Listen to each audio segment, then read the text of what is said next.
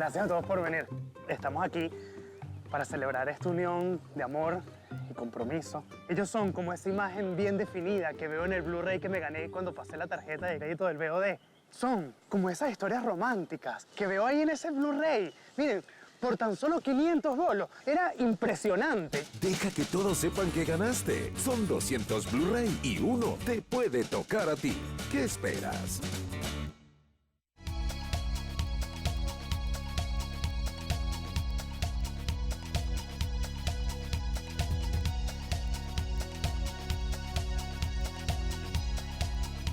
Bienvenidos a su programa Detrás del Dinero. La situación esta semana, todavía la cesta petrolera, incluso la OPEP, pero la venezolana ha venido cayendo ligeramente y ayer se encontraba en 50.70 dólares el barril. Igualmente las reservas internacionales cayeron, están en 16.250 millones de dólares. El SICAD sigue en 12.80. Y el CIMADI cerró ayer en 198.25, para no hablar, digamos, del otro dólar, que es el que en realidad está moviendo la economía, o por lo menos lo que se mueve dentro de la economía. Ayer, o antier, mejor dicho, una aseguradora japonesa le quitó, digamos, ya el crédito a Venezuela. Inicialmente creo que se trató por unos transportes de mercancía y vehículos, lo cual es una señal muy negativa porque al no tener seguros, digamos, de transporte, la situación se complica para lo que tiene que ver con el comercio entre Venezuela y otros países. Pero regresando al tema petrolero, hoy tenemos acá al periodista, colega Andrés Rojas. Él es especialista en materia de energía y también colabora, está en Petroguía, ¿no? Sí, como jefe editor de Petroguía. Jefe editor de Petroguía.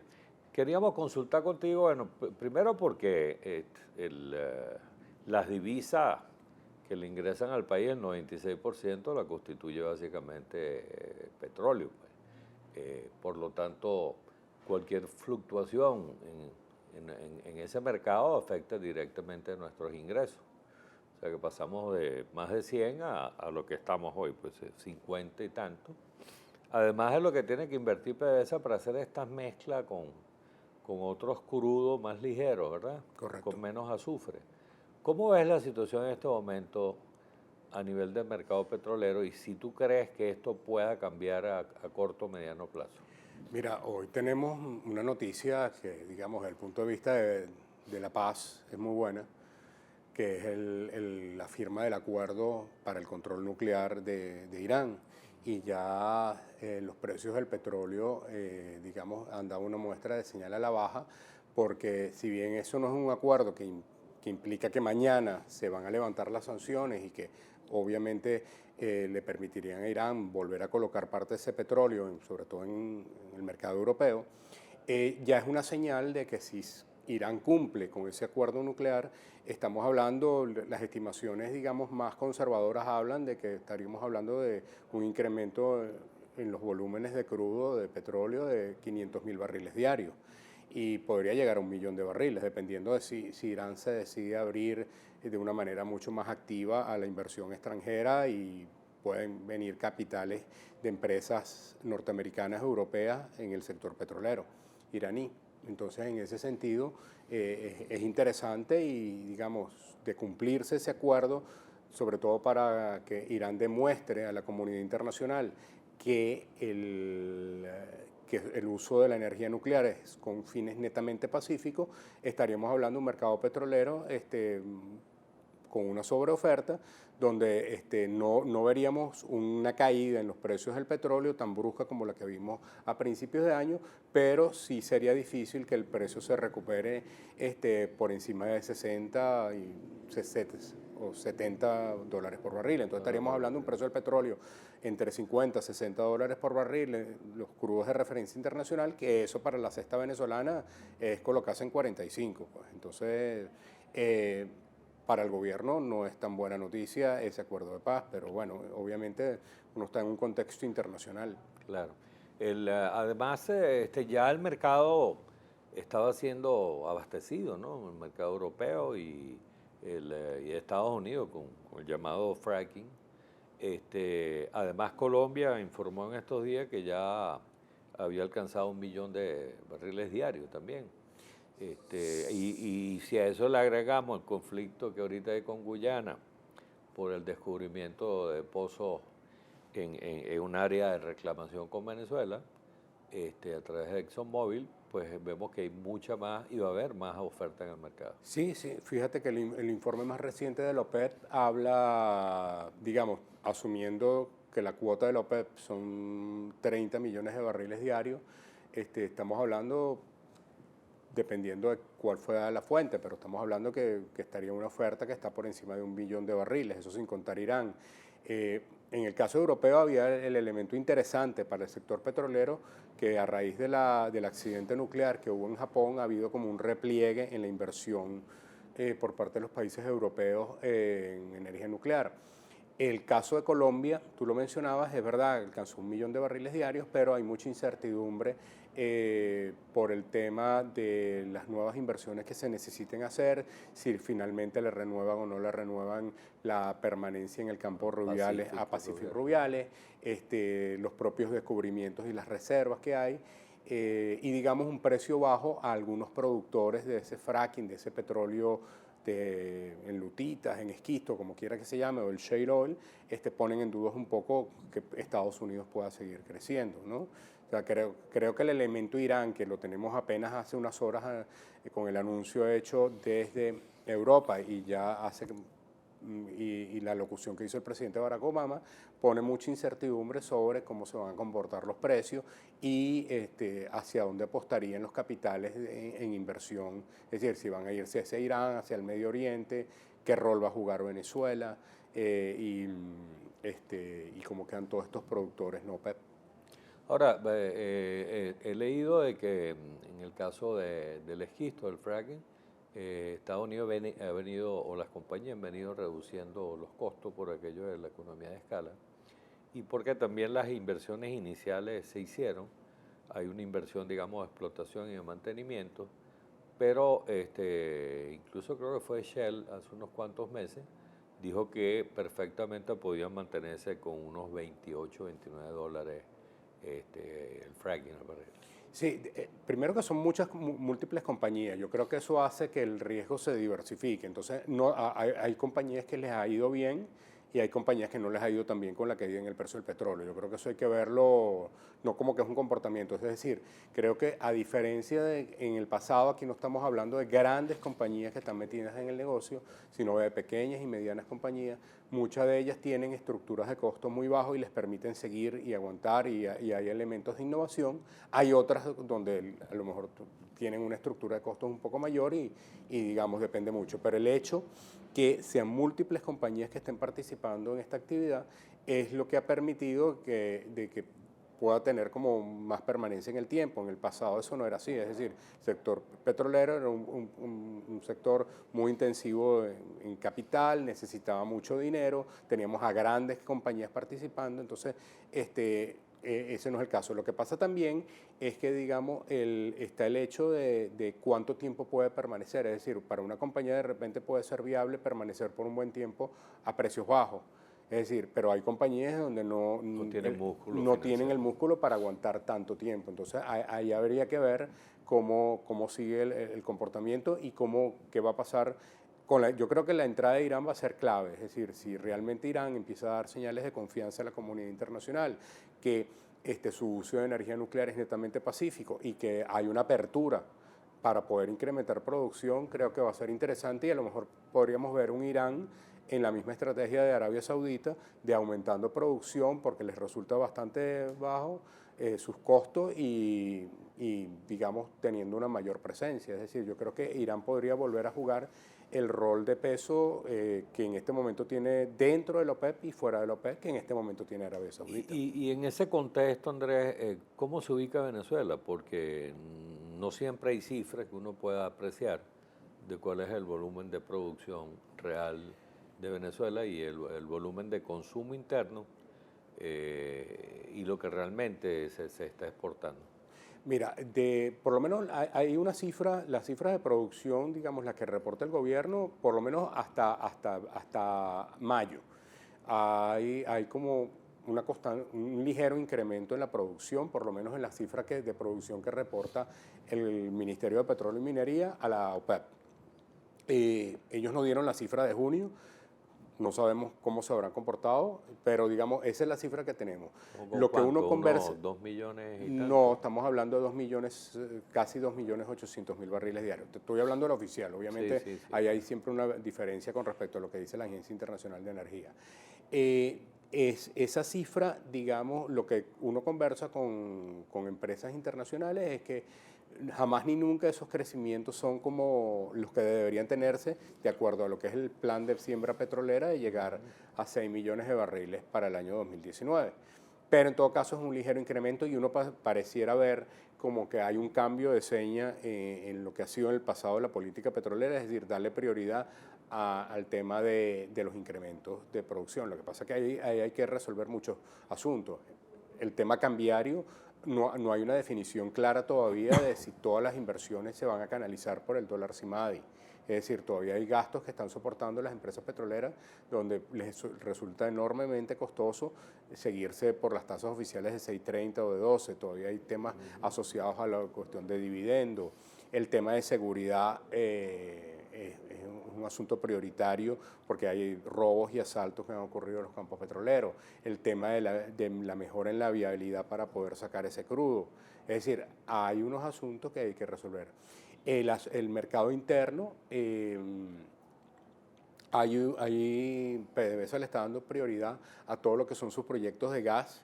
Ya lo acabamos de ver recientemente con la entrada en funcionamiento del proyecto Perla, Sí. que es Eni Repsol, con las plantas de recuperación de gas. Eso va a tardar.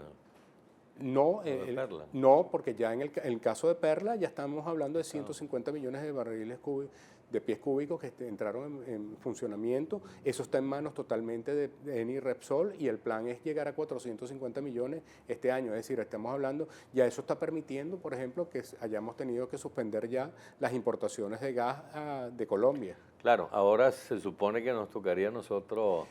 En esta primera fase no, porque digamos hay una intención de atender el mercado interno, pero ya digamos alcanzando ya niveles de 450 millones para finales de año, habría un margen que se podría estar exportando a Colombia. Después están los proyectos de recuperación de gas que se están haciendo en el estado Monagas, que esos están bastante adelantados, tienen un retraso con respecto al plan inicial, pero son obras que deberían entrar en funcionamiento durante este segundo semestre y eso permitiría, digamos, recuperar el gas y utilizarlo en el mercado interno. Y eso permitiría a PDVSA reducir el uso de combustibles líquidos, sobre todo para el sector eléctrico. Y hay un tercer factor que yo creo que nos hemos concentrado mucho en las repercusiones que eso ha tenido en la ciudad de San Cristóbal, pero es el hecho de que PDVSA empiece a darle algunas estaciones de servicio que no tenían el rango internacional, empieza a decir que ya son internacional. Eso implica empezar a cortar al ponerle alicate ya no desde el punto de vista de utilizar a la Guardia Nacional, sino simplemente con el precio. Es decir, mientras el diferencial de precio que hay entre la gasolina colombiana y la venezolana sea tan abismal, el contrabando va a seguir existiendo. Pero ya el hecho que tú colocas a 50 bolívares el litro, todavía hay un enorme diferencial, pero tú lo estás recortando enormemente y ya hace menos atractivo. Claro, o sea, yo lo ponía con el caso de mi vehículo, Salvatore, es decir, yo lleno mi tanque de gasolina con 4 bolívares, o sea, no llego a 5 bolívares. Si yo tuviera que echar en una estación de servicio internacional, yo tendría que estar pagando aproximadamente 1.500 bolívares. Sí. Es decir, yo me lo pensaría entonces a la hora de utilizar mi vehículo, porque digamos eso pesa. Es decir, eso no quiere decir que todas las estaciones se van a regir por el régimen internacional, pero creo que le sirven a los venezolanos de un marcador que para allá para allá el gobierno pareciera que está marcando una ruta que no va a ser de aquí a las elecciones, obviamente, a las elecciones parlamentarias, pero que sí puede ser en cierta manera lo que marque la agenda económica del año que viene y sobre todo en un escenario de precios de petróleo donde no en el mejor de los casos, se van a mantener por el orden de los $50 por barril. O sea que Venezuela, digamos, no le va a ser fácil aumentar su producción en el corto plazo. Hay un problema ahí de inversiones también. Salvo que haya un cambio en las señales a los inversionistas, que empieza a verlo de manera muy tímida. ¿Por qué te digo eso? Se les está permitiendo a las empresas socias tener un mayor control de la empresa mixta. Yo creo que eso es un elemento importante. El segundo punto que te señalan los analistas, la gente vinculada con el negocio, es que ya están dejando que sea el socio de PDVSA el que haga las contrataciones para poder agilizar la producción, porque ¿qué pasaba ahorita? Se dejaba todo en manos de PDVSA Servicio y PDVSA Servicio se había convertido en una suerte de alcabala para frenar las inversiones. Eso ha sido una queja constante para todas las empresas, desde la sociedad con una empresa con Chevron, Repsol, Eni, pasando por los chinos y los rusos. Ahí se ponen de acuerdo todas. Es decir, mientras tú mantengas a PDVSA Servicio haciendo las contrataciones, vas a frenar muchísimo las inversiones. Entonces yo creo que si el gobierno empieza a dar algunas señales, pero hay un punto fundamental que tiene que resolver, que es el tema cambiario. El tema cambiario. Bueno, y también hay elementos que también dificultan a la hora de invertir, como es el caso del CIADI, con todas las demandas que hay allá, ¿no? Sí, lo que pasa es que en este caso, digamos, tienes dos demandas muy fuertes en este momento, la de ExxonMobil y la de Conoco.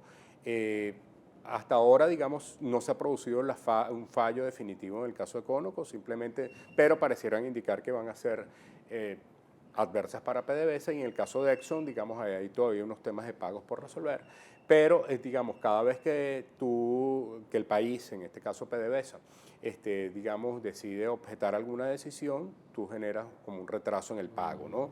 Pagas un porcentaje de penalidad, por decirlo así, que es como 3%, pero eso sería como una suerte de financiamiento. Es decir, todo indica que el gobierno está utilizando las decisiones del CIADI como un mecanismo de financiamiento, de ir postergando los pagos, y de todas maneras eso te saldría más barato que hacer una emisión de bonos de la deuda. Claro. Entonces postergas los pagos, entonces hasta que no haya un pago definitivo, entonces bueno, por ahora no pareciera que eso está, al menos en el corto plazo, al menos por este año, ¿no? Pero, ojo, pero puede estar para el año 2016. Si Venezuela mejora la percepción de riesgo, te abres más al mercado, no es descartable, porque en un momento dado llegó a estar planteado alguna suerte de acuerdo, sobre todo con el caso de Conoco, que es donde están los montos más elevados, perfectamente serían unas señales. Es decir, sería cuestión de que el gobierno empezara a dar algunas señales. Si ocurrió con Cuba, ocurrió con Irán, ¿por qué no puede ocurrir perfectamente con el gobierno venezolano? Bueno, ya nos queda muy poco tiempo, pero sin embargo, rapidito, o sea, para terminar, o sea, por una parte tenemos de que, bueno, Venezuela definitivamente no diversificó su economía. Vemos otras posibilidades de fuentes de ingreso de divisa, como es el caso de las empresas básicas, que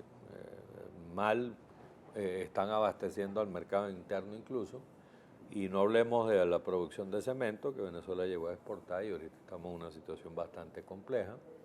Y por otra parte, pues lo que tú decías, o sea, que el gobierno se insere el precio por el valor del dólar, y igualmente deslastra a PDVSA de ese compromiso social que hace que PDVSA no pueda atender en toda su capacidad lo que es el meollo, su core business, sus ingresos básicamente. Mira, sí, sería ideal, digamos, lo que pasa es que hay todos unos temas macroeconómicos a resolver muy severos en los cuales el país no se había enfrentado. Esta inflación donde ya se habla de llegar a 200%, o sea, aquí lo más alto que habíamos tenido era en el año 96, 103% con el presidente Caldera, y fue producto de un programa de ajuste que después generó la mejor percepción del país, pero ese no es el caso ahorita.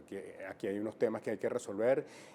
Por cierto, debo decirte que ahorita que muchos medios, portales vinculados con el oficialismo les ha dado por colocar como en un altar al ministro Jorge Giordani. Creo que en buena medida parte de todos esos problemas provienen de las ideas del ministro Giordani, y creo que ha pasado muy por debajo de la mesa, pero el gobierno hizo bien dejándolo a un lado. Lo insólito es que veamos a un ministro Giordani erigiéndose en un ayatolá moral cuando buena parte de todos estos problemas fueron por culpa de él. Él se excusa en decir que las decisiones las tomó el presidente Chávez. Eso me parece insólito del ministro Giordani, que le culpa al presidente Chávez cuando buena parte de todo él fue su mentor, su tutor económico, y quien lo incidió en muchas políticas erradas y totalmente ajenas a lo que es el desarrollo del país. Bueno, esperemos todos los venezolanos que vivimos y queremos este país que realmente haya una apertura y que se puedan ir acometiendo las soluciones para, digamos, preservar no solo, digamos, el sustento de los venezolanos, sino la misma paz en el país. Yo le doy las gracias a Andrés Rojas Jiménez y nos vemos la próxima semana. Muchas gracias.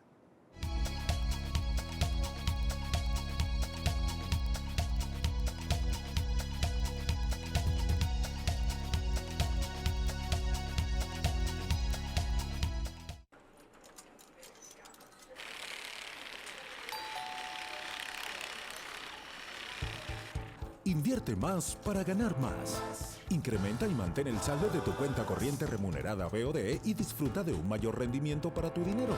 Hagamos negocio.